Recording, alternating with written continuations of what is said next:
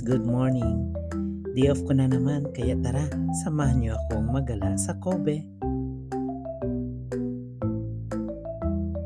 This is Akashi Kaikyo Bridge. This is considered to be one of the longest suspension bridge in the world up until March 2022. Every time mo cross ka aning nga bridge, dili gyud ako kalimtan matanaw sa bintana. Nya, ma-appreciate na ko ang view kay gwapo kay tan-awon gikan diri. Tan-awa tungod sa kataas sa tulay, ang mga barko ug mga bangka sa ilalom mura nag mga dulaan. Kana inyong mga nakita nga building, mao na siya ang Kobe. Tara guys, kuyog ko ninyo mga untag burger. The restaurant's name is Kobe Akai Fuji.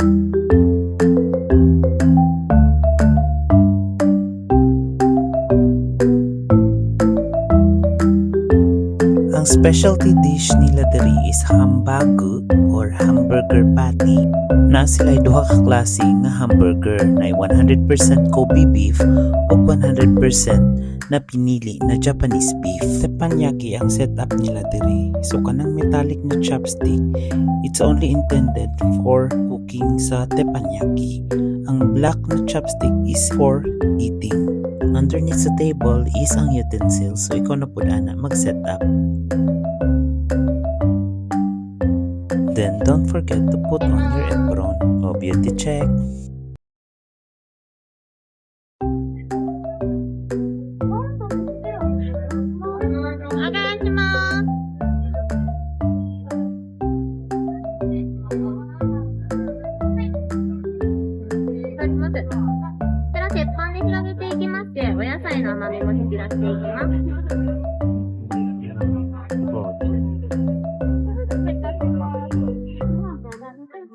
Ang price ani nga burger, affordable ra kaayo, 1,800 yen.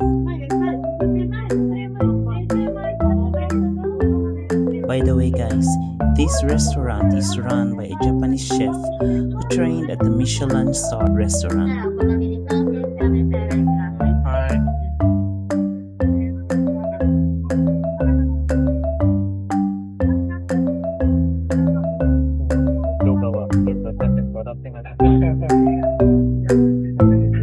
There are 5 types of sauce na available.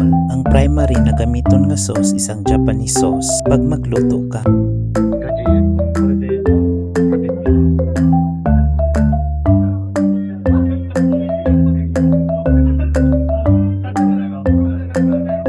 Ang meat ng burger nila is napaka-tender and juicy, and they are not using meat binder.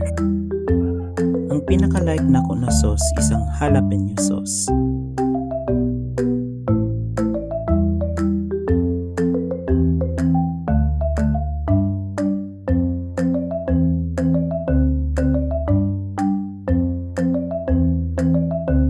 We also learned that this restaurant is serving sesiragi serio rice. This is a type of rice which is locally grown in Gifu Prefecture. So, napa-order na din kami ng fried rice. It cost around 400 yen and it's very affordable kasi nga considering may halo na siyang meat.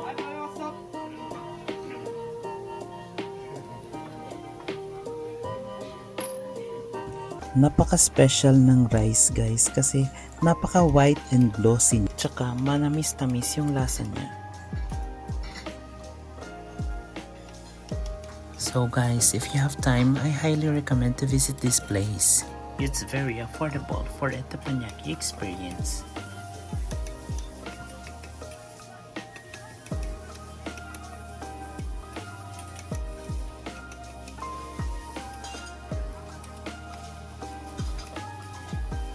That's all for today. Bye bye.